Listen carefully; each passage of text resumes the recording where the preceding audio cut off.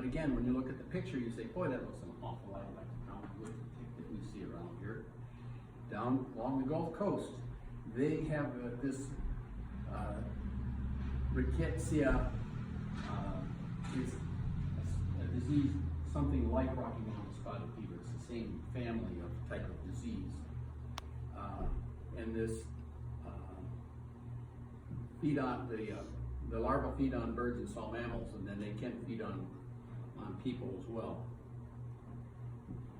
And then there's two ticks that CDC has just posted. I just got this one off of the CDC website. They weren't on there last year, now they are. This is a soft-bodied tick. I've never seen one. It's in the western United States. Tick-Borne relapsing fever. I'm not familiar with it, but that's a disease that it can transmit. And this one, it's another soft-bodied tick. Wood ticks that you're familiar with have a kind of harder shell to their body. These are real soft. In the western half of the United States, tick-borne relapsing fever is another one of the ticks that carries that. Then we have the Lone Star tick. You haven't seen that here in Minnesota? Yeah. Yet. I have. 20 years ago, you would not see it north of the Missouri-Iowa border. It has been expanding its range with the warmer temperatures. It's now being found in Duluth. Yep. See. It has some diseases, starry, ehrlichiosis, tularemia. And, starry will give you symptoms that make you think you have Lyme disease, but it's not Lyme disease. Tularemia is a nasty disease. Ehrlichiosis is a nasty disease. So that's new to the state. I've spent some time working with the Department of Health. Dave Neitzel is the head epidemiologist for tick-borne diseases in Minnesota, and I've collected ticks for him. We had vials that we passed out to other foresters and wildlife managers around the state because they had GPS units. They could take the exact location where they found a particular tick and then send it in to try and monitor where these ticks are at. And then we have the one also where called a black-legged tick, also called a deer tick. In Wisconsin is called a bear tick. It's all across the eastern half of the United States. And if you saw a map that shows where Lyme disease is most prevalent, I'm sorry, but my laser pointer died on me.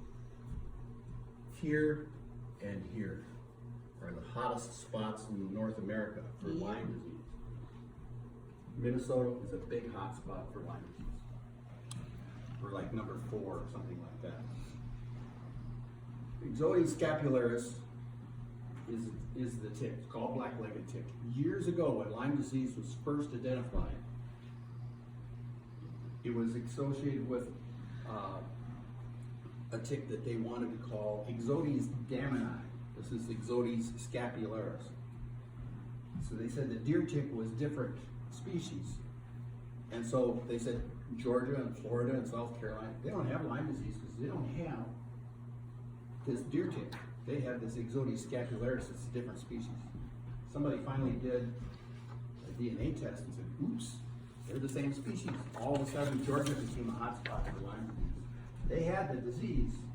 They weren't calling it Lyme disease. They thought it was something else. They were wrong.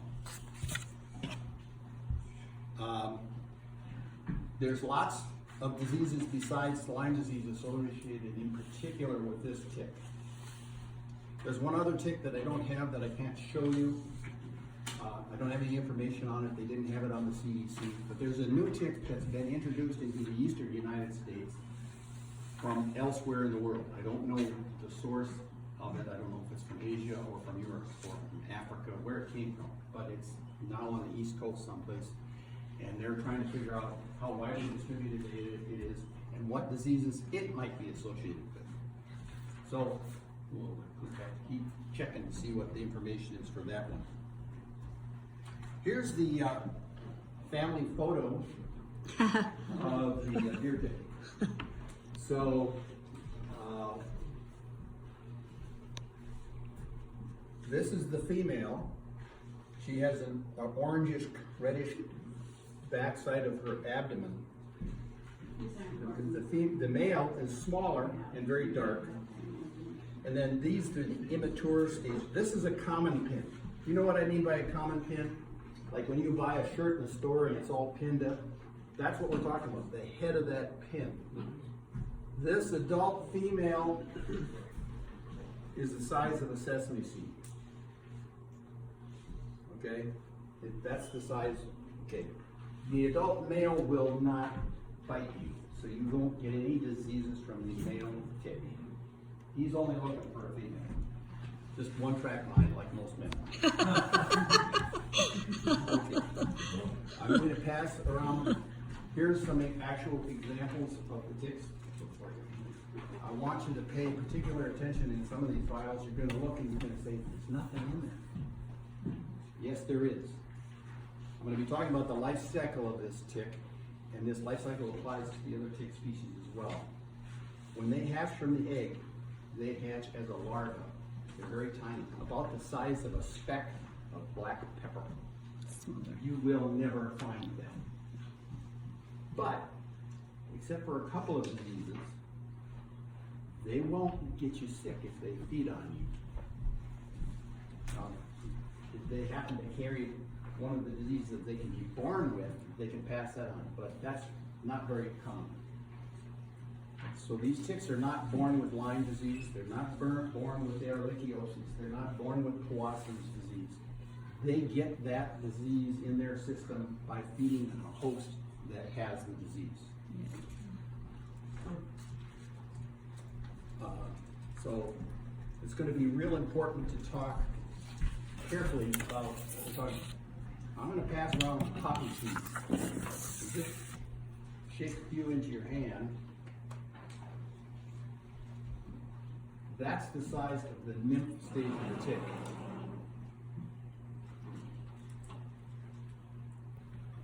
That's the size of the tick you have to be absolutely aware of. You will not find it because it's so small. But it's the important stage of the tick. Because the adults you will find. You have a chance to get them off of you before they can give you a disease. Here's a whole list of diseases that these ticks can pass on to you. A very high percentage of these diseases are diseases that the deer tick can pass on. Some of these other ticks have one or two diseases like Rocky Mountain spotted fever, relapsing fever, or something like that, tularemia. But the deer tick can pass on many different versions of diseases. So as a result, it's possible to get more than one disease from a single tick bite, depending on the host that that tick fed on before it got to you.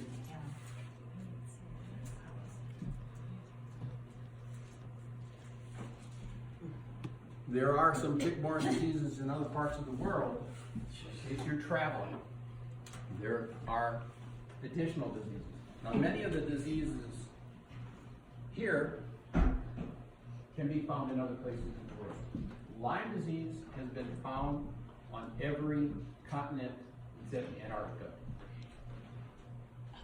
So if you go to Australia, you go to Africa, you go to South America, you go to some place in Asia, you can get Lyme disease there. How long has that been around? Anybody got an idea what the oldest example of Lyme disease infection might be? Now, Wisconsin is 1965. But in terms of the oldest that we know of, remember in National Geographic a number of years ago, there was this discovery of an Ice Age man found frozen in a glacier in the Alps of Italy. 6,000 years old. He had Lyme disease. So it's not new. And it's been coming through the United States slowly over the years.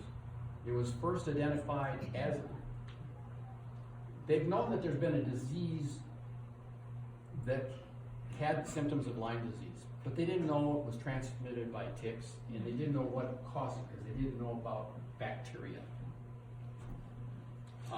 And this bacteria that causes Lyme disease, Borrelia burgdorferi is the name. It's a spirochetal, means it's curled like a corkscrew, so to speak. It's somewhat closely related to syphilis, real thrill. It's an organism that can cause disease at very low population in your body. So if you have a strep infection in your body, you'll have millions of that germ in your body. They can culture it, they can find out what it is. Lyme disease, 400 or 500 cells of this bacteria can make you sick. And it's going to be in places that they can't find it because it's not in your blood. So they can't sample for it very effectively. So it's a real problem. I'm getting a little ahead of myself here, so give you an idea. This is from Wisconsin. This is really hard to get these kinds of numbers. They don't publish them very much. As you can see, this is only through 2011. But the important factor here is that over this 9-year period in Wisconsin, they had Powassan's disease, which is not pleasant, but they only had 4 cases that were recorded. They had 3,300 cases of Lyme disease, anaplasmosis or ehrlichiosis. That was 17% of the cases. Babesiosis, which is the most common co-infection with Lyme disease, about 2%. And then spotted rickettsiae, this is similar to Rocky Mountain spotted fever, 0.24%, very small. But Lyme disease was 86% of the cases of tick-borne diseases. It probably is a conservative estimate in terms of the percentage. There's a lot of problems with identifying, diagnosing, and reporting Lyme disease. Where is it found? Well, it's found in a lot of places. 14 states have 95% of cases of Lyme disease. We're on that list. We're right along with the Northeast. Wisconsin's much lower. I don't understand why, but because actually they had Lyme disease in Wisconsin before we had it here in Minnesota. And the numbers are growing. Guess what? The ticks survived really well this last winter. And this is the numbers from the state of Minnesota. As you can see, they're only reporting 3 diseases. That long list of diseases, they're not tracking everything. So, babesiosis is a fairly low level. Anaplasmosis is a growing thing. Lyme disease is up here.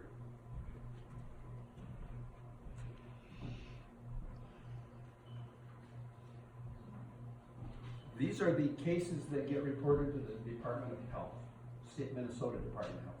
These are the cases that have been reported and meet the reportable definition. It's important to understand that for purposes of tracking diseases, they have standards to make sure that when they track information that they're actually tracking real disease and not a misdiagnosis. And so what constitutes a reportable case of Lyme disease is a higher standard than your doctor needs in order to treat you for a disease. On top of which, it's complicated by the fact that while doctors are supposed to report Lyme disease, they don't necessarily do all the paperwork, so they don't all get reported. So you can see the numbers have been going up in Minnesota from back in 96. Remember, I got it in 87, and there was only Lyme disease identified in 3 counties in Minnesota at that time. And now it's been reported in every single county, all 87. But the numbers have been going up. Now remember I told you there's like 14,000 cases in there, so their number says 1,400. Well, what's the deal here? Keep that in mind. Here's when cases get reported. When do people get sick? When can you get Lyme disease? Is there a time of year where there's zero risk? Absolutely not. You can get Lyme disease in January. Anybody here heat with wood? Have a fireplace, whatever. If you bring firewood that's been stored outside into your house to start burning, you might have ticks in that firewood and you just brought it into your house. You didn't know it. Anybody ever have mice in their house? Guess one of the favorite hosts of ticks? Mice. Guess one of the reservoirs that ticks pick up Lyme disease from? White-footed deer mice and chipmunks. Two major reservoirs ticks pick up the disease from. So you can pick up the disease any month of the year. It's higher risk time when the ticks are much more likely to be active when you're outdoors. People are getting disease in June and July. They didn't get infected in June and July. They got infected in April or May, and they didn't know what the symptoms were, and they didn't get sick enough to go into the doctor until later in the summer. It takes time for those symptoms to manifest. Here's what's happened. If you recall, I said in 1987 there were only 3 counties in Minnesota with Lyme disease and deer ticks, and that was right here. I was in Mille Lacs County, so you had Kennebec, and this is Pine, Kennebec, and Mille Lacs. Those 3 counties were the only counties in the state that had deer ticks and Lyme disease in 1987. And I was still working, and I was the DNR liaison to the Department of Health and to the Metropolitan Mosquito Control Commission. Metropolitan Mosquito Control Commission covers the 7 counties around Minneapolis and St. Paul.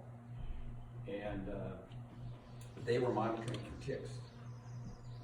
And until around 2000, they didn't find any deer ticks on the west side of the Mississippi River. None at all, 0. For instance, we did some sampling in Camp Ripley, which is right next to the Mississippi River between Little Falls and Brainerd. If you went in Morrison County on the east side of the Mississippi River, you could find deer ticks all over the place. We were sampling deer in Camp Ripley. There were no deer ticks there. For whatever reason, for many years, that river was an obstacle to the movement of the ticks into the state. They have surmounted that barrier aggressively. So that's what's happened over time. Now, I mentioned to you about that 1,200 to 1,400 cases that the Department of Health in Minnesota is reporting per year. For years, the Center for Disease Control was saying nationally there were 20 to 30,000 cases of Lyme disease every year in the United States. And those of us who are dealing with Lyme disease saying, that's a bunch of baloney. Finally, in 2013, they made a point to review records from insurance companies and doctors' offices and so on. Who's being treated for Lyme disease? How prevalent is this? And they finally had to say, oh, the actual number of cases is probably in excess of 300,000 cases every single year and going up. So when they're reporting 12 to 1,400 cases a year in Minnesota, that means 12 to 14,000 cases a year in Minnesota. Now think about that in terms of how the government and public is reacting to 900 cases of measles in the entire United States. If we had that kind of response to Lyme disease, we'd see some things change. Yes. And it hasn't happened. It's been an extreme frustration. talking about the life cycle of the tick, again, if you don't take anything else away from today's session, I want you to understand the life cycle of the tick and how you can protect yourself so you don't get the tick on you in the first place. Because keeping him off of you is a lot more effective than treating you for disease after you get sick. So, their 2 years life cycle, as I mentioned, in the spring, the eggs will be laid, hatch from the eggs, and there'll be that little tiny black pepper-sized speck. They will feed on the first host that comes in contact with them. They don't crawl around very much. They just wait for something to walk by so they can grab onto it. If they successfully feed on the first host they get as a larva, they will then molt. That basically means their body is going to grow, and so they have to shed that exoskeleton. Just like a butterfly is changed from a caterpillar to a butterfly, they've got to shed their outer skin, form a new one, and they can be bigger. And they become a nymph. Now in the larval stage, that little tiny speck, if they fed on a host that has one of these diseases in the system, they can become infected themselves. So as a larva, they will not have a disease, except for 1 or 2 diseases that can be passed directly. But most other diseases, they have to feed on an infected host. So if those larva ticks get on you, 99.9% of the time, unless you're allergic to them, you're not going to have a problem. And you'll never know they were there. They're so tiny. In the nymph stage, they're the size of that poppy seed. If they fed on an infected host before, they now can transmit a disease to you. This is the stage of the tick that's going to be critical to make sure you avoid if you can. And you have to do it without knowing that it's there, because you won't find it. It's very, very tiny. You're very unlikely to find it. And then in the adult, after that nymph feeds, it will molt again and go into the adult stage. This is all happening over a 2-year time span. Now think about this. You have a tick, has a 2-year lifespan, but only feeds once in each life stage. So it might feed 3 times if it's a female and twice if it's a male. What's the likelihood that you're going to be very adventurous to move around a lot? You're not.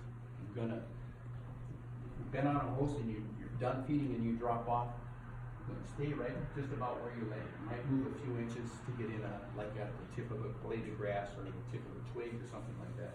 But that's where you're going to stay, because you can't afford to burn the energy.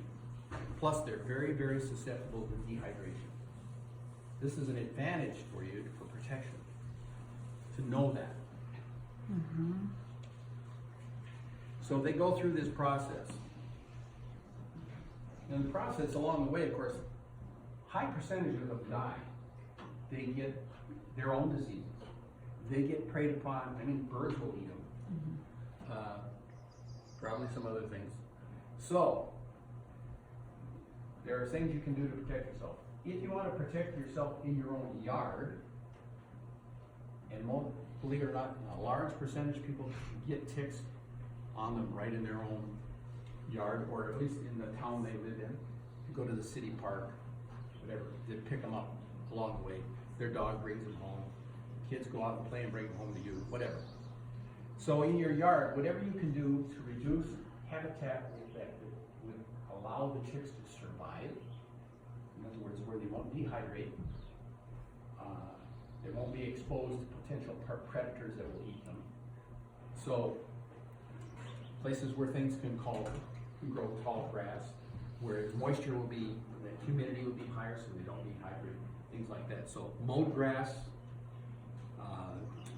keeping those kinds of things clear of your yard will help. You can also do some treating. You can treat your yard with a spray, just like you might do to control mosquitoes. This one's labeled for, but mosquitoes, but it's also used for controlling ticks. It has a chemical in it called permethrin. Permethrin is, they call it a repellent for ticks, but it will kill them. There are many different product brands that have this chemical, but you look for the chemical permethrin. And it's very effective. You can get it in other forms. This is one of the brands you can get for spraying. You do not spray it on your skin. You spray it on your clothing, so that when the ticks get on your clothing, you have effectively already killed them, so they're not going to feed on you. And it'll last through 4 or 5 washings on your clothing. You can get even dips that you can do a more intensive treatment of your clothing if you want to do that. That's what this product is. Do they have a chemical? I've got one of these foggers that uses a propane canister, and then you fill You it can up. get the bulk stuff and use this in that type of environment. You can, okay, I believe you can. This one's made to use with a hose. with water. With water, yeah. But I believe you can get other formulations that can be done with a fogger. You have to do some checking. I'm not 100% sure of that, but Rick, Yeah. why do they not spray it on their skin? I haven't got there yet. Now there's an alternative to anybody who's concerned about, it's a toxic chemical. So you want to be cautious about it. And so if your kids, your grandkids are going to be around tick areas, you might want to treat their clothing, let it dry, and then have them put it on. But if you're really worried about, there's other products like this, picaridin, which would be non-toxic.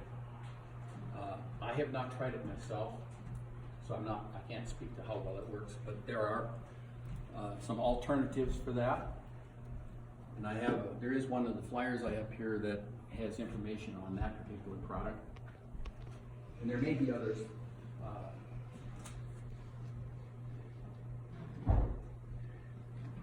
This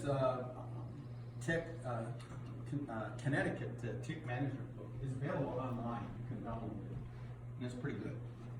It'll give you some ideas of what you can do in your own yard to reduce the risk of, because when you have a bird feeder, you have not only birds that can bring the ticks in, but the squirrels and the chipmunks and the rabbits and everybody else that comes around. They can all bring ticks into your yard. One misconception I forgot to mention. I mentioned that white-footed chipmunk, deer mice, and chipmunks are a primary reservoir that ticks become infected with diseases. Tick called the deer tick because people have found the tick most commonly on deer. Deer do not get Lyme disease. Their immune system fights it off. They will have, you do a blood test on the deer, just like you do on people, doing what's called an ELISA test, which is a test to check for your body's immune response to that particular organism. You will get a positive test on deer that have been exposed to Lyme disease, but they don't get Lyme disease. They're not a source of infection for the ticks. So, again, this is more for your yard, what to do to reduce habitat near your home where the ticks might survive. Bearing in mind that anything that will make it harder for them to avoid dehydration is going to work in your favor. Pesticides has gone over a lot of this right now. I am, for one, reluctant to use chemicals broadly on my yard, but you certainly can do that. I use it on clothing. Clothing I'm wearing is clothing you can purchase that's pre-treated with permethrin. That's why it's got the tick on here and it's got insect sealed on it. This is pre-treated with permethrin product, and the permethrin is supposed to remain effective in this clothing through about 40 washings, which is about the time the thing's completely worn out. Anyway, even so, I wear this in the woods. Even my socks are pre-treated. I still spray Mhm. fully, even though I'm wearing treated fully. I like to make sure I don't have it. So, Seriously. so what else can you do? Well, obviously, if you're out hiking in the woods, recreational, you're going through a park, stay on the maintained trails, stay out of the tall grass and brush. That's where the ticks are gonna be. They're not gonna drop on you from above. I've had people think that they drop on you from the trees. They don't. They sit at the end of a twig or a blade of grass and they wait for you to actually come physically in contact with them. They can't jump. They need to be in contact. So Excuse you're, me, they can crawl up the tree and be on the branch, and if you're going through a place that's real brushy, Yes, you have to come in contact with them. So they might be on that branch that's head high. Yep. they don't float on the and if you wind hit the currents? branch. I swear, a couple years ago, when we were up here at the clubhouse, building the shooting range over here, I spent the majority of my whole day on a cement slab.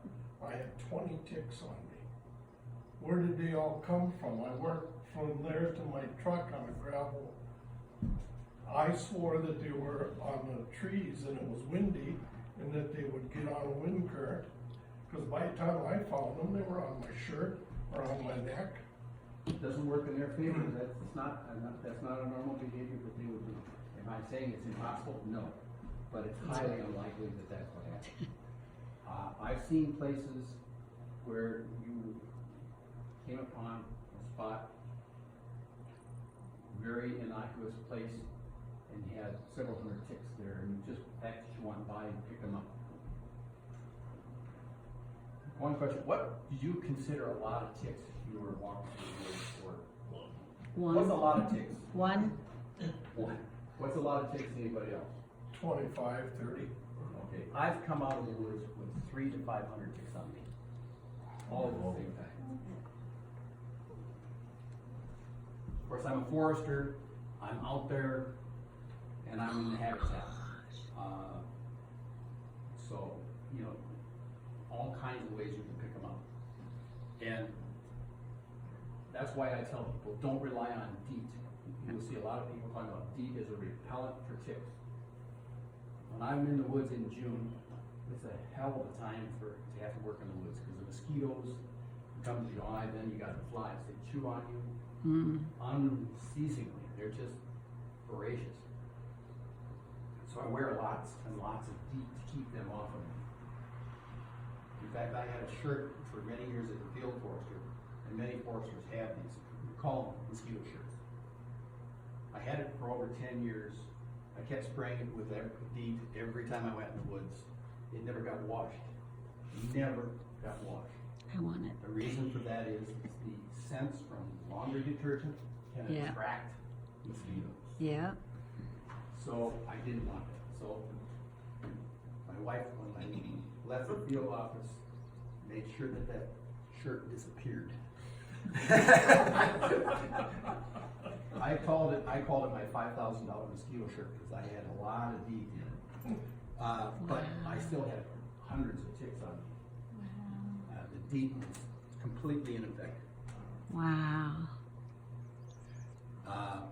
So doing things to create a barrier to the ticks getting to your skin. So things like tucking your pants into your socks or having gaiters that close off the openings. The less skin that's exposed and the less opportunity they have to get to your skin, the better. That's one of the reasons we're having the treatment on here is that when they're on the surface of your clothing, they're exposed to this chemical. It's repellent, it's very uncomfortable for them, and they will eventually die. They don't die immediately, they will die. So as long as I'm using this, I have not had a tick embedded in me for quite a long time because I'm using this stuff. And we had a dog, Peppy, he was 7.5 pounds. But when we were up here, we didn't find ticks on him. But we had medication, we had the, what do they call that? Oily stuff that you put down the dog's back. Front line. We used that for a while, but later our vet said, no, use this pill. You give every 30 days, give them a pill. And it kills the ticks. And so we would find ticks on the dog, but they were dead. And it worked very well. So why can't they invent that for humans? You know, they had a vaccine for humans Yes. for a while, and then they had to take it off question. because people started having heart problems with it. There were some real problems, and they have not found anybody willing to put the investment into developing a new vaccine for Lyme disease. I'm sure somebody's got some ideas on how to do it, but it hasn't happened yet. Money. Well, and fear of lawsuits. So you can get all kinds of clothing. You can get long underwear that's snug and tight on you and wear it, but during bug season, you really want an extra layer of long underwear on you when it's 85 degrees and it's about to rain. The gaiters. Now, with the DNR, part of our uniform issue for DNR employees is permethrin treated clothing. Good. So that they're wearing it to protect them. So there's all kinds of things you could use, but the permethrin project is the one that I would swear by.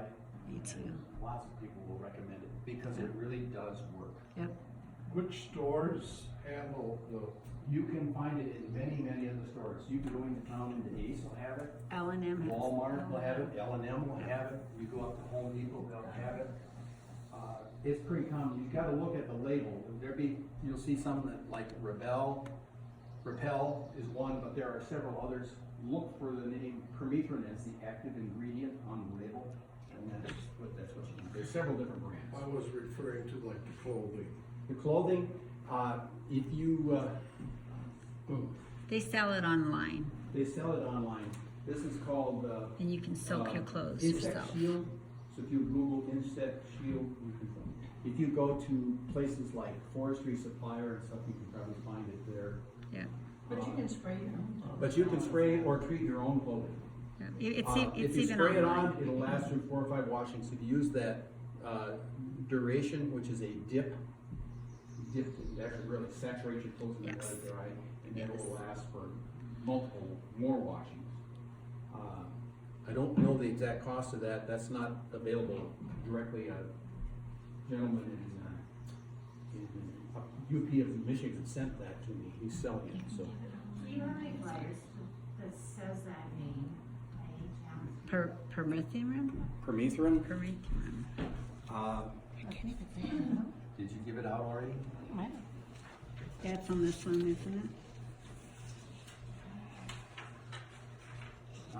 She handed something out and she should. Was it this one? What is this one? Yeah, that's what I said, this one. Yep, right? Yep, I'm right. Yeah. Yep, this is it. This is the right? one I already had out. Does that have it in it? That is. Yes.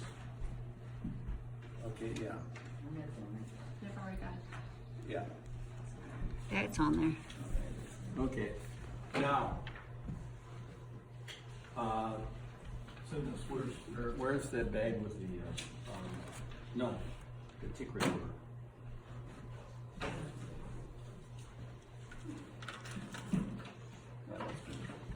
Now, if you have a tick on you,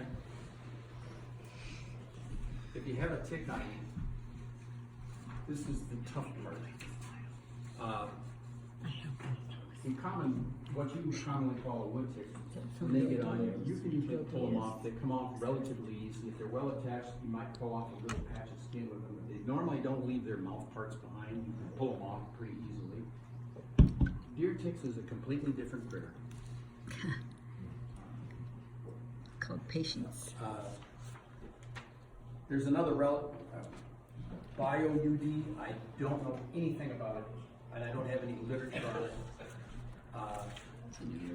It's combined with DEET.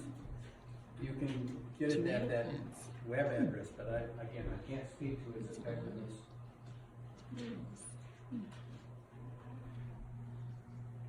You need to take this into account with your pets.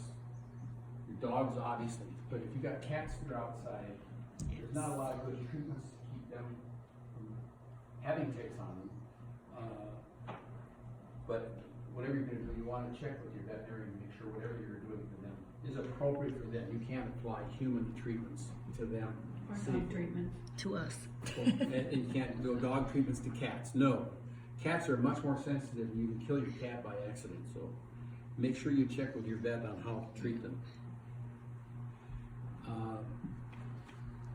You want to do some daily checks on your pets, obviously. And yourself. To get pet things off. Dogs can get pretty sick from Lyme disease. Horses can get extremely sick. Yes. And several other domestic animals will suffer from this, and possibly some of the other diseases. Also remember that when you come back from tick territory, whatever you had with you can also be carrying ticks. So your camera bag, your rifle carrying bag, your picnic basket, your jacket that you wore and it got too warm and you took it off, your hat, anything that you had with you can have ticks on it. What I tell people now, the next thing that you can do to really protect yourself is it takes time for ticks to get to a spot where they're going to try and attach themselves, and it takes them time to attach themselves. So the sooner you get the ticks off of you, the less likely they're going to get a chance to attach themselves and transmit the disease. So when you get back in and you know you've been exposed to a territory where ticks are likely to be present, remembering that you're dealing with those tiny little nymph ticks that you have to be worried about, so you're not going to see them. Come in out of the woods, come into your house, take your clothes off and throw them in the dryer at least, if not the washing machine. Because heat will dry them out and kill them. So don't bring them into the house. Get them in the dryer or the washing machine. And they don't drown. Then, go take a shower. Don't stop and do the body inspection. Go take a shower. Scrub vigorously. Again, you're trying to get them off of you before they attach, and you want to get rid of that little tiny tick you're not going to find very easily anyway. Then after the shower, find a very good friend that can look at those parts of you that you can't see. Yep. Because that's probably where they're going to be. Seriously. I have one thing though. I do a lot of walking, I put my hair up. Yes. My sister has long hair too, but she does a lot of flowers, so she's bent over. She told me something that really works. When you come in, you take all your clothes off. Before you get in the shower, bend your head over the bathtub and brush, brush, brush. And you would be surprised Good how idea. much drops out of your. Good idea. That brings It together works. one lady. This was way back in 88, 89. I was being treated for Lyme disease myself, but I was also still collecting ticks for the Department of Health, and I was training a whole bunch of people that were working for me, because this was really bad fire year, if you remember, back in 87, 88, we had a big drought. Yeah. We had unbelievable numbers of fires. I was working from March 15th through into January without any days off, working 16, 18-hour days. But I had 65 people that were working for me fighting fires. So I had to train them about this to make them aware. But this lady was coming into the local hospital twice because she actually found nymph ticks on her because she had so many of them. She had these little tiny, tiny bumps on her. And they took them all off and they sent her home, and a week later she came back, she had more. Oh. What was she doing? Your friend doing the gardening. She had mulched her flower bed with grass clippings, making ideal habitat for mice to build nests. And she had multiple mice nests in the mulch in her garden. Oh. And just about every mouse nest had hundreds of nymph ticks in it. And she was picking them up and didn't realize that she was exposing herself. So, good idea, combing it up. Okay, but it's really important to think about that. If you really are concerned that you were out in tick habitat, go through that process. Out of your clothes, into the dryer, into the shower, then do the check and brush your hair out. Good idea. So, the careful check. Remember to look all places, even the uncomfortable ones, because they're looking for a warm spot where they can detect blood flow close to the surface of your skin. Nice warm, moist spot. Your moist spots, your nose, your ears, your underarms. Okay, here's the common pin again. This is adult male, adult female, fully engorged adult female. This, same common pin, fully engorged nymph. Wow. Even fully engorged, it's smaller than that pinhead. That's why they're so damn hard to find. How long do they need to be there? They're going to be on you for feeding for 24 to 40 hours, maybe a little bit longer. And that's after they're fully attached. They don't feed quickly. But they also attach and detach kind of slowly. And there's, so when you've got them, you want to get them off of you. The longer they're on you, the greater chance that they will have transmitted something to you. It's coming through their mouth parts. They're injecting chemicals into your skin. Number one, to anesthetize the area so it doesn't itch and so you don't feel them.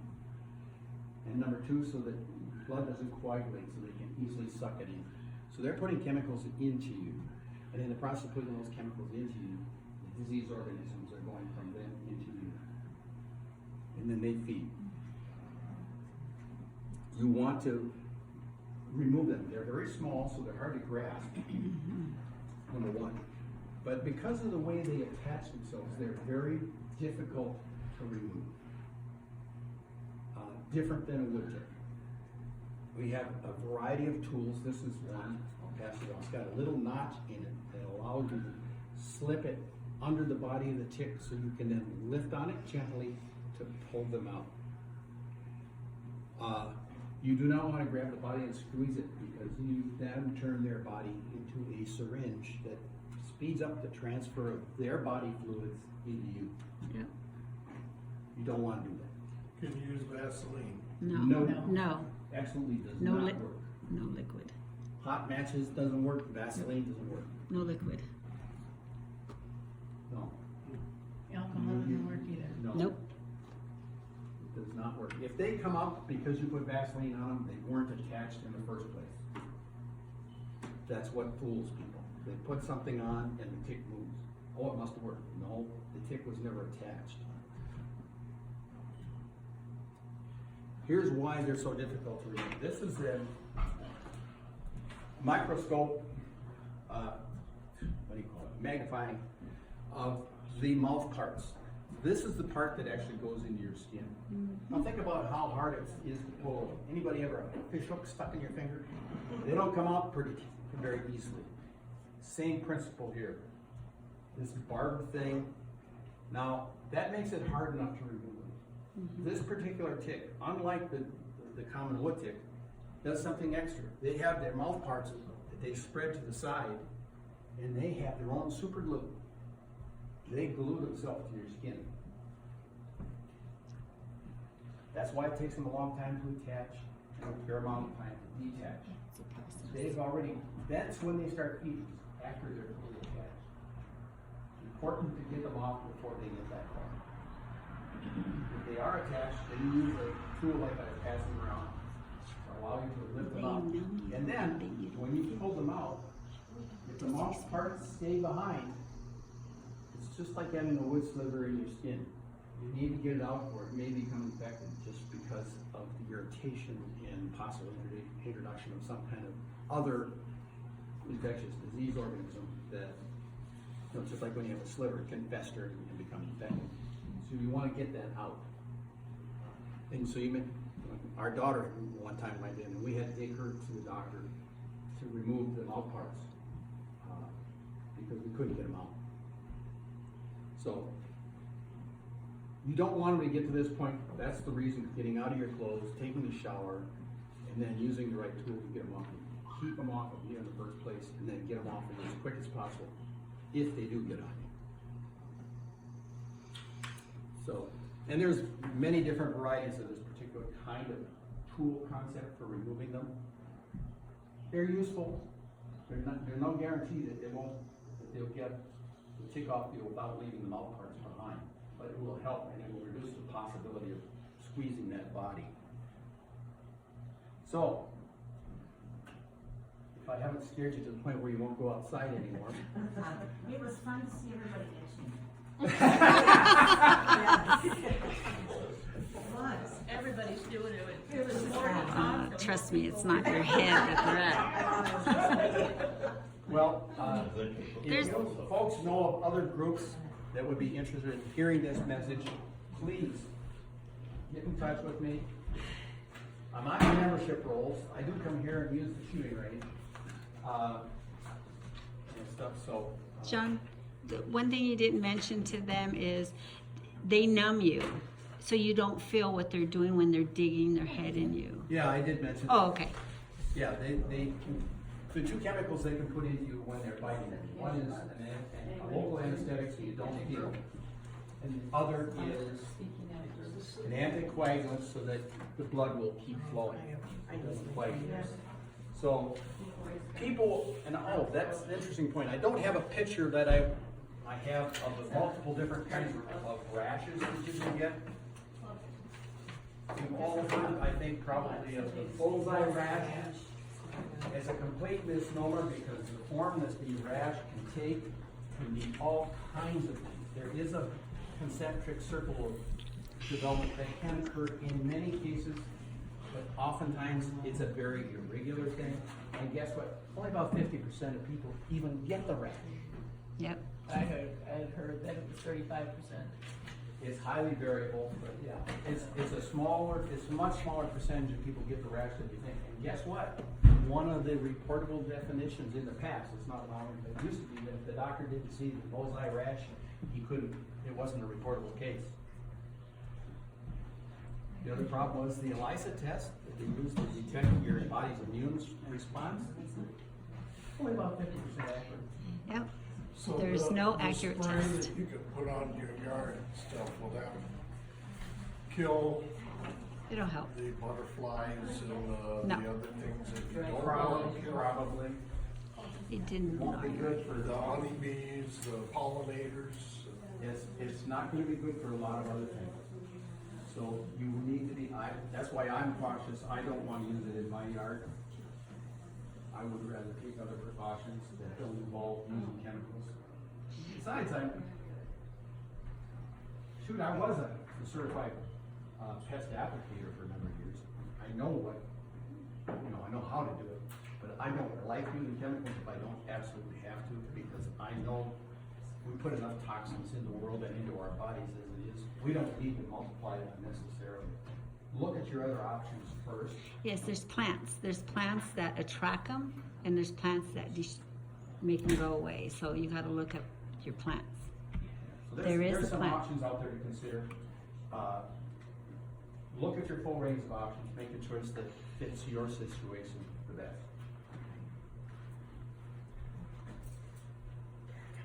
So I have one more question. Sure. You said you had Lyme's disease? Yes.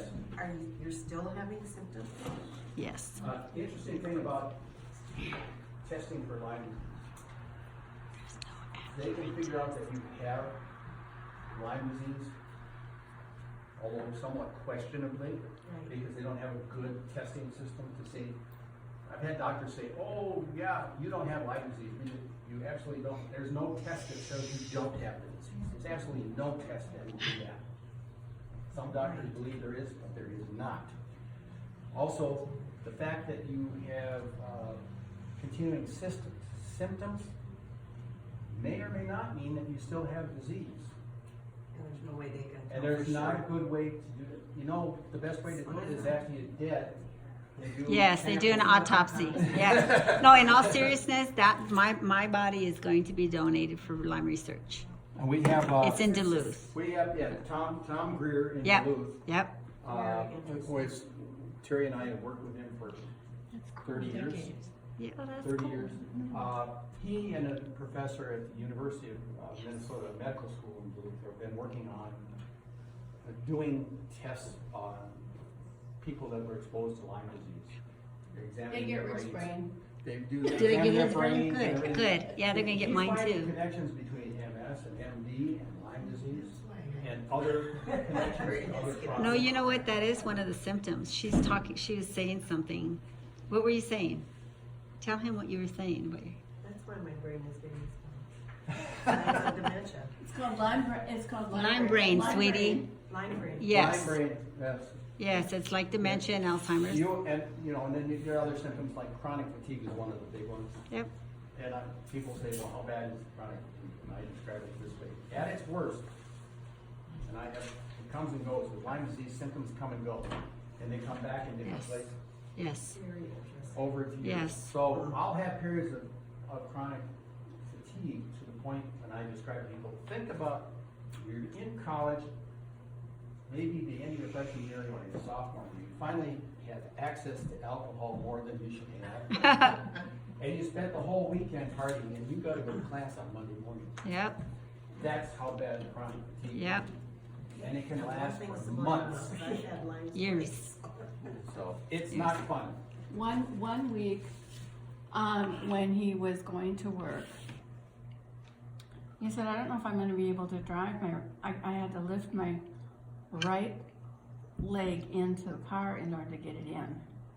I said, well, how are you gonna get on the brake? Well, I can lift it up. I said, enough to do that. Okay, fast forward a week or so. Well, then it was the left leg. Yeah. Yeah. Yep. They go wherever they want to go. And then he was supposed to speak at a group at a nursing school in Inver Grove Heights. And he calls me from Medina. I missed my turn. I didn't know where I was. And will you call them and tell them I won't be able to get there? I said, do I have to come get you? Or are you going to be able to find your way home? He said, yeah, I can find my way home. I said, okay, I'm going to time you for now, until then. Otherwise, I'm going to be on the hunt. I will have the cops out for you, looking for you. It's gotten better over time, but not necessarily always much better. That was at the worst of the worst. If I may share, if people are into natural stuff for repellents, what we use, my family, we use lemon and lavender, old fashioned. If you're old fashioned, old school. That was in the papers, I think, too. Oh, is it in here? Yeah. Oh, okay.